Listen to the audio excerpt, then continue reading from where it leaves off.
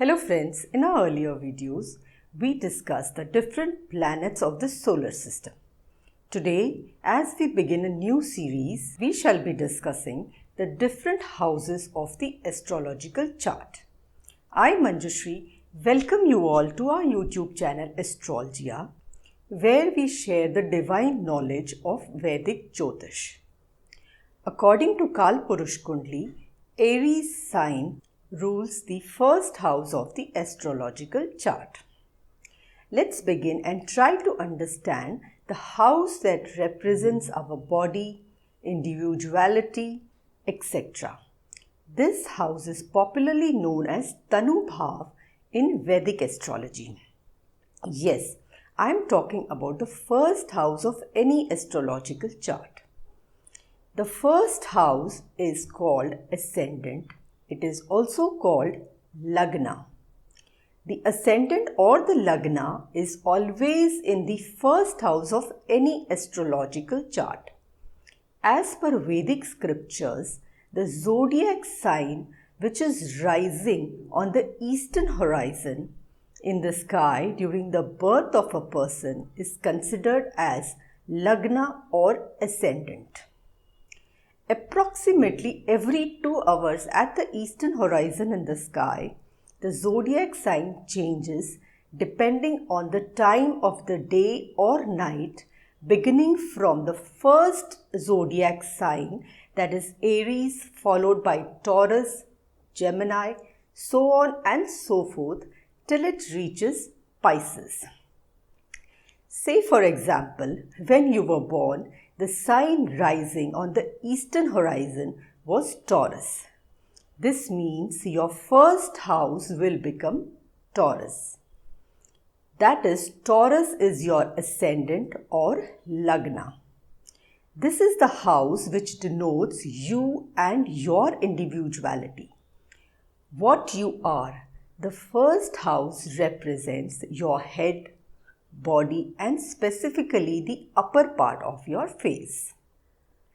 It also represents your physique, appearance, vitality, brain, complexion, vigor, weakness, happiness, grief, or innate nature, along with your form, shape, longevity, start in life, initiation, etc. Relative it signifies is self. Your lagna or ascendant also represents the mind of your father. Why mind of the father? Let's understand. In any chart, the 5th house represents the mind. In your chart, your father is represented by the 9th house.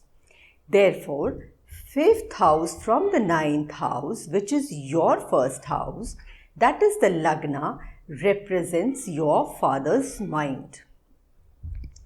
Now, the point to note here is that the strength of your ascendant will determine how your life will unfold. Firstly, we need to take a look at which zodiac sign is in the ascendant, who is the lord of the ascendant, then where is the lord of the ascendant placed in the chart? Is the lord of the ascendant associated with or conjunct with a benefic or a malefic planet or planets? Who is aspecting the ascendant and ascendant lord? All these put together will direct you to understand how the ascendant will play a role in your life. The lord of the ascendant is always auspicious. It enhances the house in which it is placed. If the ascendant and its lord is very strong in the chart, then the native can overcome all difficulties in life easily. This, however, cannot be seen in isolation. It has to be holistically looked at with other combinations and significations in the chart. We have to decipher the chart in totality. Let's understand through an example. If the ascendant lord is placed in the 10th house, then the native's focus of life will be on his career, status, and all that relating to the 10th house. If there is a planet, say for example Jupiter, is placed in ascendant, then the person's mind will majorly work according to the significations of Jupiter on an overall basis. The native will be a knowledge seeker. This is how the world will look at or perceive him. If Venus is in the ascendant, then the native will focus on beauty, luxury, vehicles, and all that Venus signifies. If there is no planet in the ascendant, then the placement and association of the Lord of the ascendant plays a vital role in defining the image of the native. These are just examples. We have to look at the chart holistically. Now, let us discuss the basic and general permutations and combinations as mentioned in Vedic scriptures. This is at a very basic and a mundane level. Astrological charts are primarily built with the three main building blocks. They are 12 houses, 12 signs, and 9 planets of the solar system. The combination of these three are what a basic chart is made of. In any astrological chart, the placement of different planets in the first house and being the lords of different house plays a very crucial role in judging the entire well-being of the house. The actual impact can be judged when we combine the lord placement with the sign and planet placements. But from a basic comprehension aspect, this will be helpful to understand as we go along. We have to understand the chart thoroughly. We also have to keep in mind that these Vedic texts were written by our rishis when our society and culture had much different values and norms. We have to judge the chart as per today's time, place, and circumstance. These are just excerpts. We shall cover this in more detail in a different series when we discuss the lords in the houses. Now let us understand the placement of the first lord through various houses in the chart. We shall discuss this in the context of Kalpurush Kundli, and this is at a basic and a mundane level.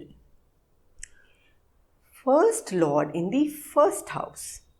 Native will have good health, long life. He will be ambitious, will have the ability to lead. He will be fearless. First lord in the second house. The native will have interest in music, education, and family wealth. His speech will be youthful. First lord in the third house.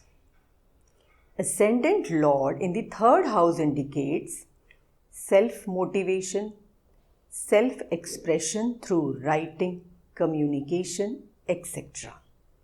Changes in life at regular intervals, continuously on move through short journeys. First lord in the fourth house. Ascendant lord in the fourth house indicates great attachment with mother, home, and inner emotions. Native will have wealth and property. First lord in the fifth house. Native's main focus will be on creativity like writing, painting, acting, or even producing children, which is also related to creativity. First lord in the sixth house. Native's main focus will be on health, healing, etc. He will have to serve others and is likely to face obstacles in life, but he will be respected by his enemies. First Lord in the 7th house. 7th house being the house of relationships. The main focus of the native will be on personal relationships. Link with the partner will be strong emotionally as the partner reflects your personality. First Lord in the 8th house. As we all know, 8th house is a difficult house as it is the house of transformation, secrets, depth, longevity, hidden things, etc. The native can be a very secretive person himself. He can be interested in forensic science, history, archaeology, antiques, etc. First Lord in the 9th house. 9th house being the house of father, luck, fortune. It is the strongest house of the zodiac, which provides luck and helps in developing one's higher mind. Native can have a great relationship with his father and guru depending on the other factors in the chart. First Lord in the 10th house. 10th house being the house of one's karma in life, career will be of utmost importance to the native. First Lord in the 10th house bestows strong leadership qualities. He will be ambitious and will strive for success and achieve it. First Lord in the 11th house. 11th house being the house of desires and gains, native will reap the gains of the hard work done in the 10th house. First Lord in the 11th indicates rewards for ambition. First Lord in the 12th house.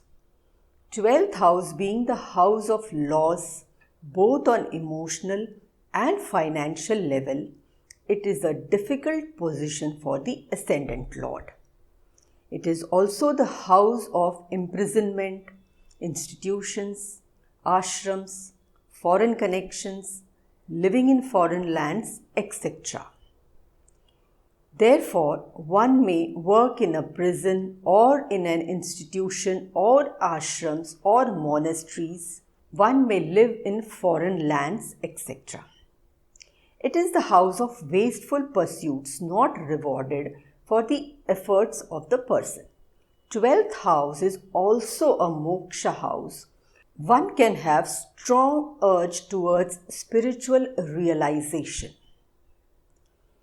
Friends, by now you must have got a fair idea of what the first house in the astrological chart means. As today we discussed the importance of the first house and the first lord. There is much more information coming up in our forthcoming videos. In the next video, we shall take you through the second house of the chart. So stay tuned. Friends, if you like this video, please hit the like button and do share your comments. To subscribe to our channel for regular updates, press the bell icon to be the first to see our videos as soon as they are posted. This is Manjushri signing off. Thank you for watching.